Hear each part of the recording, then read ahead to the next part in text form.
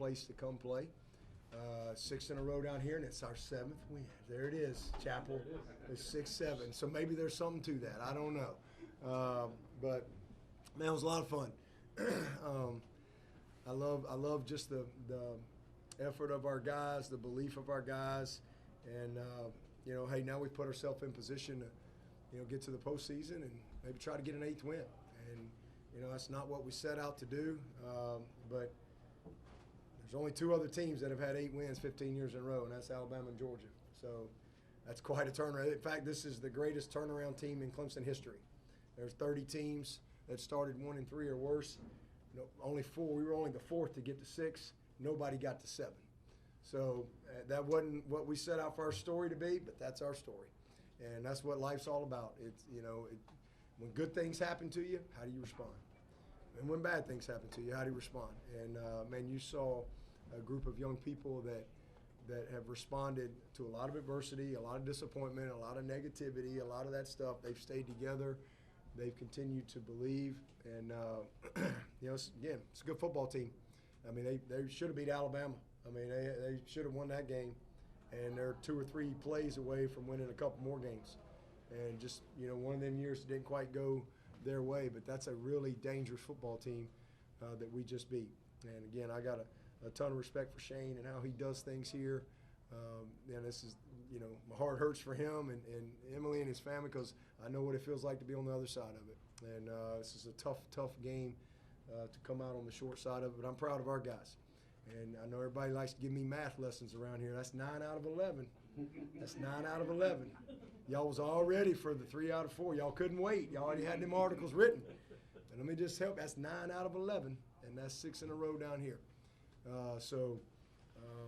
I'm really proud of our guys, and just their heart, their belief in what they set out to do. When we kind of reset our goals on the season, where we were, man, they've accomplished those things. So really proud of them. Offensively, we were very efficient. It's a real shame that Adam didn't get credit for that last run. And what a run! It's still on tape. I know. It's still on tape for the guys that evaluate and scouting him. But what a great day overall. We were very efficient. The biggest thing offensively was when we gave up the horrible plays in the first half, they responded. And it was great to see that. We scored first. We had the lead at half. We responded to some adversity, on the road to kind of get back on top coming in here at half. And I'm really proud of that. We were making a very concerted effort to get the guys, the playmakers, the ball. And, man, they came through for us. Cade, had a heck of a game. I missed a couple that we had a chance to score a couple touchdowns, and we didn't quite execute. But he made some big-time plays. Adam Randall's 102 yards, a touchdown. T.J. Moore, 6 for 101. Antonio, 7 for 66. I thought Cole Turner, all 3 of his catches were elite catches. And Benton Core had a career high. Sapp had a big catch. I think we only had 1 sack for 1 yard against one of the best fronts that we've seen all year. So just really us to be able to protect and run the ball efficiently was a big difference in the game for us. Special teams made a couple field goals. Jack was 4 of 6 inside the 20. And we were number 1 in the nation coming into this in punt coverage. And they were number 4 in punt return yards. And they finished -3. So I just can't say enough for Coach Gilly and our staff, special teams, and the job that all of our guys have done to buy into that. And then defensively, to me, that's the story of the game. The story of the game was defense in the second half. I mean, they only had 19 plays at the half, and you felt like we're losing by 3 touchdowns. I mean, it was just 2 of the worst plays that I've ever seen. But, man, they responded. 4 takeaways. We got a score on D. Ricardo with two picks. Avion caused a fumble, and my favorite part of that was T.J. Parker was hustling to the ball and came up with it downfield. And then Ronan with a big caused fumble and Sammy coming up with it. We had, I think, 5 sacks. I think T.J. Parker tied a South Carolina Clemson record with 3 sacks. Helt had a couple big plays. Just a lot of great things. Only 41 yards rushing. So y'all all know the story of the game last year. We've read all about it for a year. But I think the stat of the game was Colin Sadler had the same amount of receiving yards as Sellers had rushing, 2. All right? So, listen, man, that is unbelievable effort by our defense. Because let me tell you, Sellers, that's one of the best players in the country. That guy is special. He is a great football player. He's a great kid. He's a great player. And to hold that guy to 2 yards rushing, unbelievable. I mean, unbelievable. And I just can't say enough about Coach Allen and our defensive staff and the plan that they put together.